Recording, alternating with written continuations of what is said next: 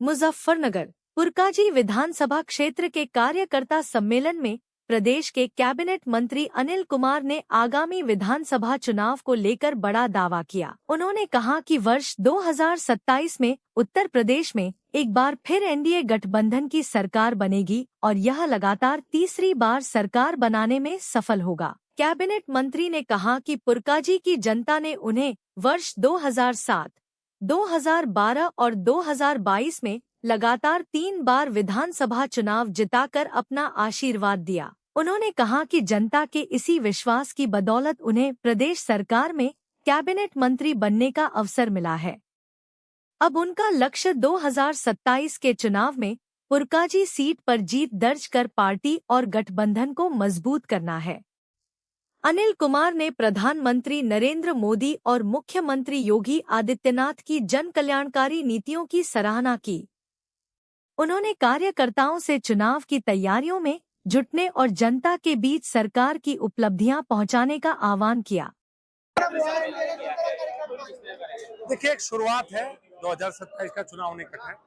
पुरकाजी से विधायक हमारे मंत्री अनिल कुमार जी के द्वारा एक एनडीए के सभी कार्यकर्ताओं का एक सम्मेलन बुलाया गया था। एक शुरुआत है।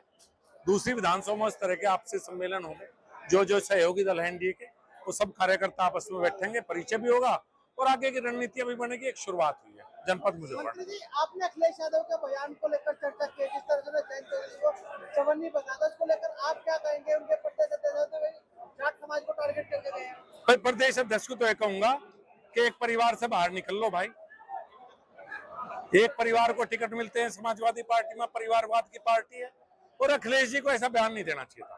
बहुत सी सीटें हो सकता है अखिलेश जी ने राष्ट्रीय लोकदल की वजह से जीती हो, और ये बात भी सच है जो अनिल जी ने कहा कि आपके सहयोगी दल लगातार आपको छोड़कर जा रहे हैं, तो आत्मचिंतन करने की आवश्यकता समाजवादी पार्टी और अखिलेश यादव जी को।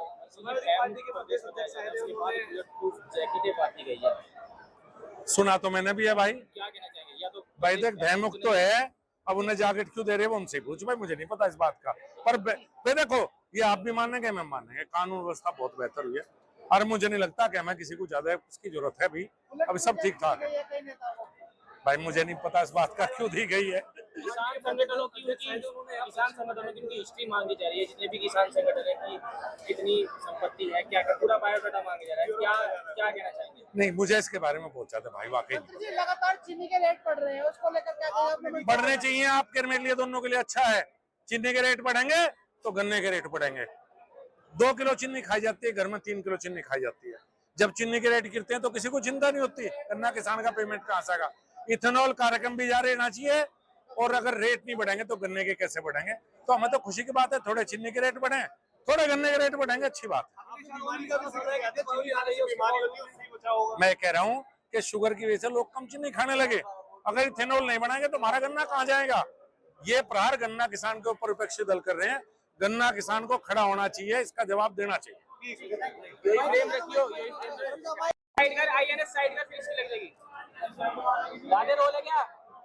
मंत्री जी, आज सम्मेलन क्या है? कार्यकर्ता सम्मेलन, बड़ी संख्या में लोग पहुंचे थे।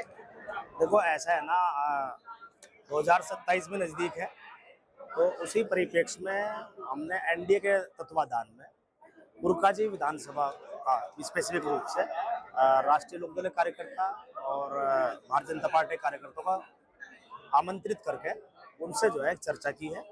उनकी भी बात हम लोगों ने सुनी है, और आज अपनी बात भी, अपना मन की बात भी उनके सामने रखने का काम भी किया है। और ये देखो, जरूरी भी है लोकतंत्र में, जब आप चुनाव के नजदीक जाते हो, चुनाव में जाते हो, तो कार्यकर्ताओं से हमारा समन्वय जो है अच्छा होना चाहिए। तो उसी परिप्रेक्ष्य में बैठक है। आपके मन में कितनी संतुष्टि है? कितना लोगों का प्यार आपको? देखो, ऐसा तो पहली बार एमएलए बना हूं, मुझे भी 20 साल का अनुभव हो गया। मैं तो हर तरह संतुष्ट रहता हूँ।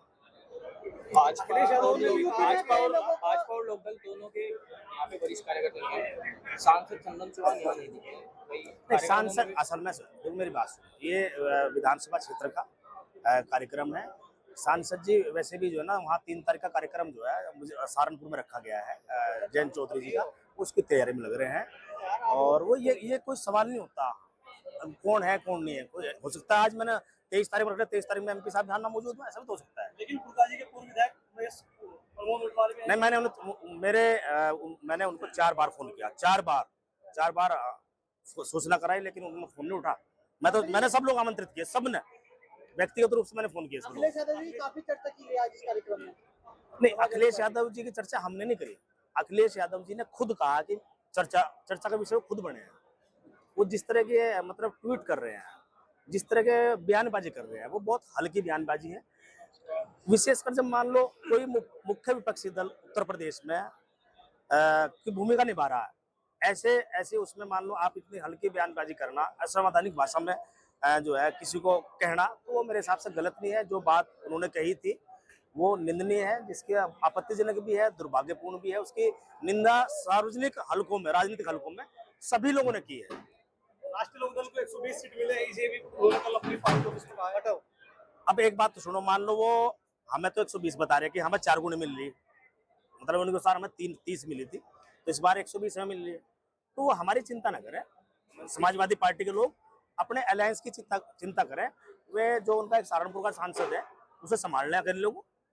मंत्री जी, जो बुलेट प्रूफ जैकेटें बांटी गई है उस पर आपका क्या कहना है? आप खुद कैबिनेट मंत्री हैं, क्या देखो ये मान लो कोई जैकेट अगर बांटी भी गई है तो उसका कोई ना किसी रूप से कोई परीक्षण हुआ होगा, उस बात का उसका आधार पर दिया होगा। प्रदेश बताया जाता है, तो उससे क्या मतलब है? जैकेट से क्या मतलब है? भयमुक्त है नहीं, मैं नहीं कह रहा इस बात को जनता कह रही भयमुक्त है। बुलेट प्रूफ जैकेट क्यों दी गई? किसको दी गई? जो विधायक है, पूर्व विधायक अखिलेश यादव ने तब मुझे नहीं पता इस बात का किसे दी गई, मुझे जानकारी नहीं है, तो आप बताएं। आपको मिली? मुझे जरूरत ही नहीं है यार। ओके।